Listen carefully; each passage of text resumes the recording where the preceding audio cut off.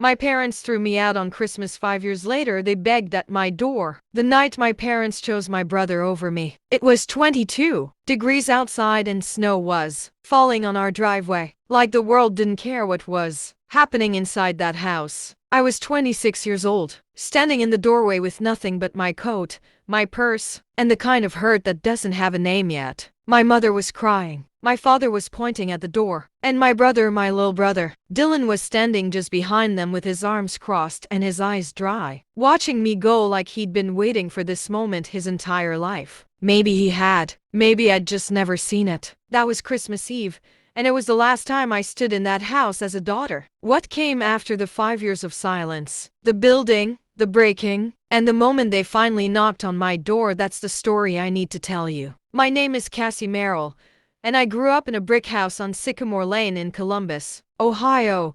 We weren't rich, but we weren't struggling either. Dad managed a hardware distribution company. Mom taught third grade until her knees gave out. We had a real Christmas tree every year, a beagle named Biscuit, and the kind of family photos on the wall that make everything look fine from the outside. And for a long time, I believed I believed in our family. The way you believe in something you've never actually tested completely, without proof, the way children do. Dylan was 4 years younger than me. Growing up, he was charming in the way that fools people quickly. Bright smile, easy laugh, the kind of boy teachers loved and coaches favored. But I knew him differently. I knew the way he'd blame things on me and look at our parents with wide, innocent eyes. I knew how he borrowed $20 and never once paid it back, and how he'd turn it into a joke when you reminded him. I chalked it up to him being the baby of the family. I made excuses for him, the way you do when you love someone and want them to be better than they are. Our grandmother, Nana Ruth,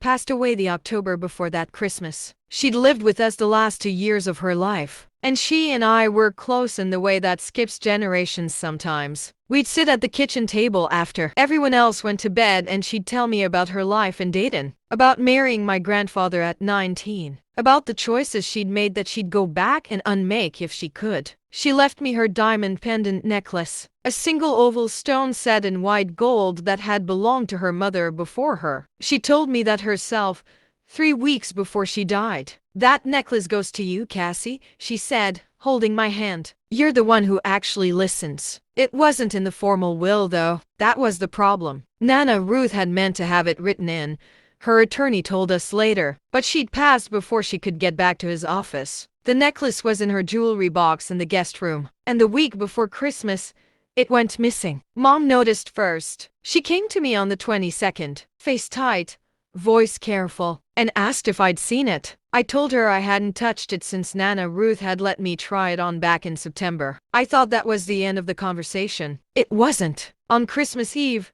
we were all home. I'd driven down from my apartment in Clintonville to spend the holiday. The house smelled like pine and my mom's cinnamon rolls. And for a few hours everything felt normal. Then my dad called me into the living room after dinner, and I knew from the way he was standing, arms folded, jaw set, that something was wrong. Dylan was already in there. He looked at me when I walked in, and there was something behind his eyes I'd seen before but never named. Satisfaction.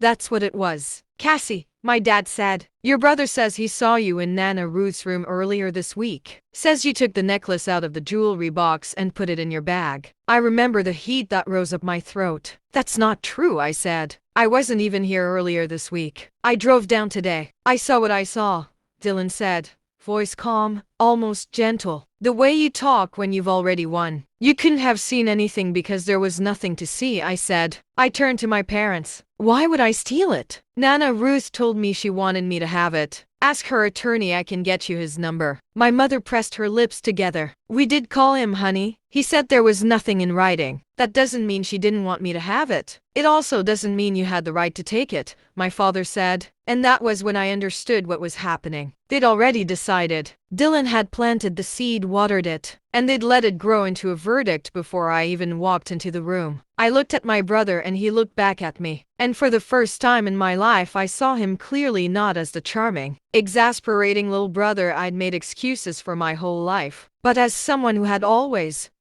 been watching for the right moment. "I did not take that necklace," I said, and my voice was steady even though my hands weren't. "Then let us look in your bag," my father said. I handed it over. I had nothing to hide. My dad went through it while my mom stood with her arms wrapped around herself and Dylan watched from the corner. There was no necklace. For a second I thought that would be the end of it, that they'd apologize, that Dylan would have to answer for what he'd said. But my father just set the bag down and said, "It has to be somewhere, Cassie. Maybe you put it in your car." "I'm not going to my car because there's nothing there," I said. "What I want to know is why you believed him before you even asked me." Nobody answered that question, and in the silence, I got my answer. My mother said quietly, "Maybe you should go home tonight." I looked at her for a long moment. Then I looked at my father. Then I picked up my bag and my coat and I walked to the front door and I opened it. And the cold came rushing in like it had been waiting.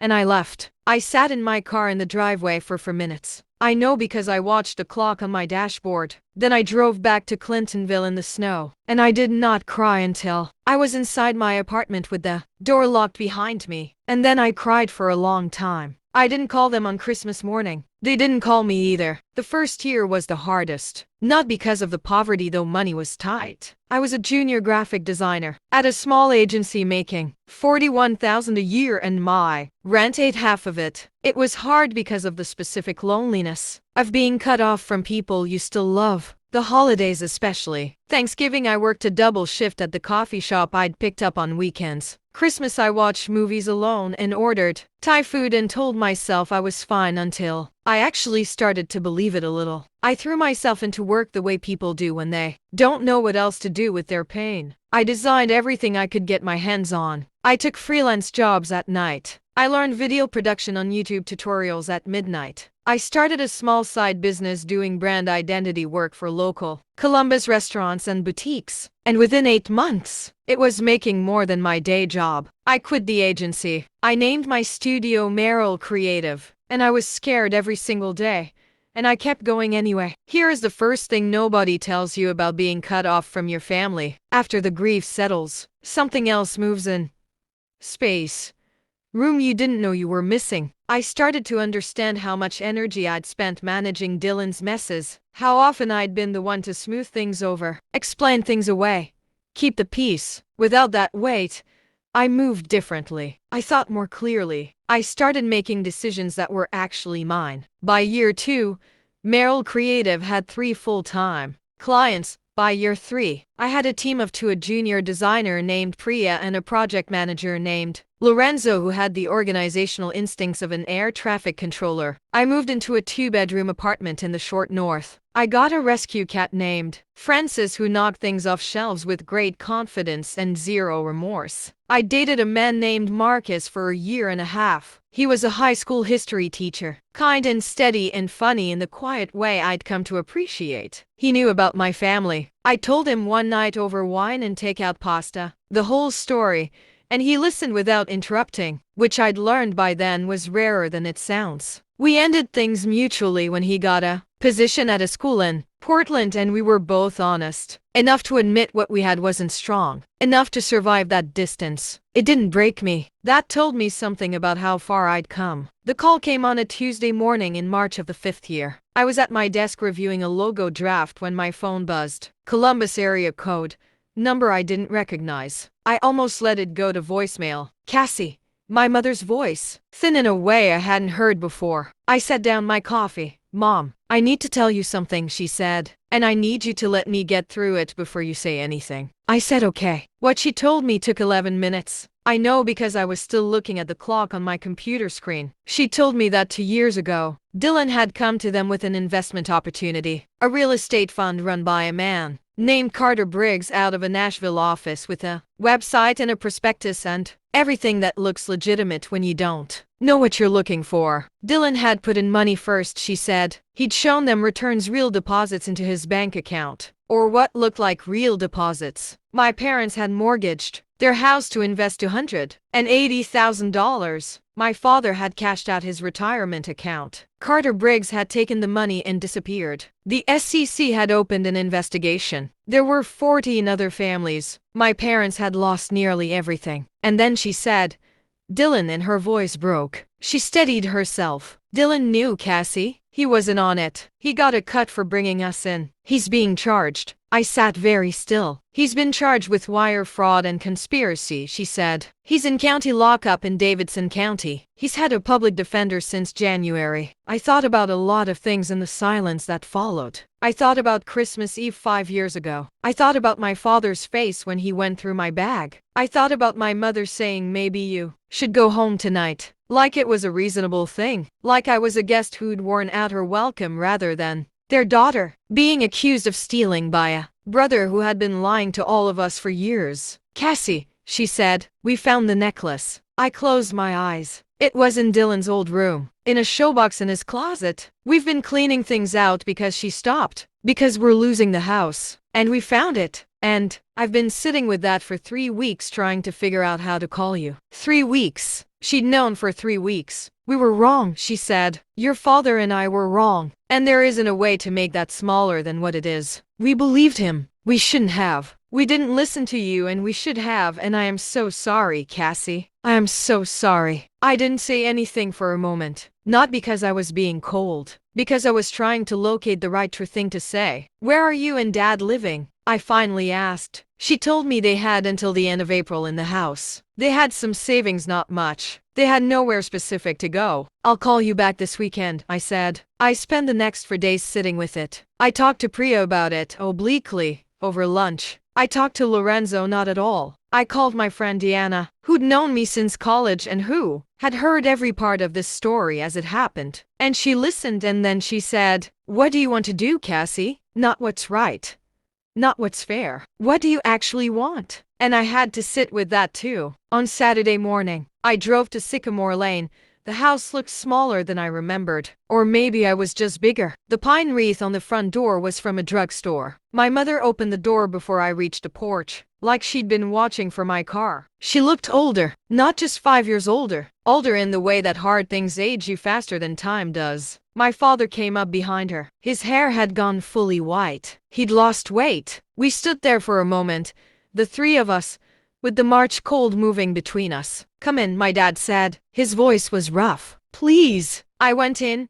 We sat at the kitchen table, the same chairs, everything familiar and strange at once. My mother had made coffee. She set a mug in front of me and then sat down and folded her hands and looked at the table. My dad spoke first. I owe you an apology that I should have given you 5 years ago, he said. I chose the easy thing over the right thing. I believed what was in front of me instead of who you actually are. I've had to live with that and I'll keep living with it. But I needed to say it to your face. His voice cracked once and then held. I'm sorry, Cassie. I am deeply sorry. My mother was crying silently. She didn't try to wipe her face. I looked at them both. I thought about the 22 degrees and the snow. I thought about the 4 minutes in the driveway. I thought about everything I'd built in the 5 years since. Every late night, every scared morning, every moment I'd chosen to keep going rather than collapse. I thought about Nana, Ruth holding my hand and saying you're the one who actually listens. I forgive you, I said, and I meant it not because it erased anything, but because I had carried the weight of that night long enough and I was ready to set it down. Forgiveness, I'd come to understand, isn't a gift you give the person who hurt you. It's a door you open for yourself. I helped my parents find a small rental in Westerville, 2 bedrooms. Good landlord, close to a grocery store. I didn't give them money outright. Instead, I hired my father part-time doing inventory logistics for Merrill Creative's print orders, work he was actually good at. It gave him structure and income and something to show up for. My mother started volunteering at an elementary school 3 days a week, back in the classroom in the way that didn't exhaust her knees. They were not the people they'd been on Sycamore Lane, and that house was gone. And some things don't come back. But they were here, and so was I. Dylan pled guilty in October. 18 months.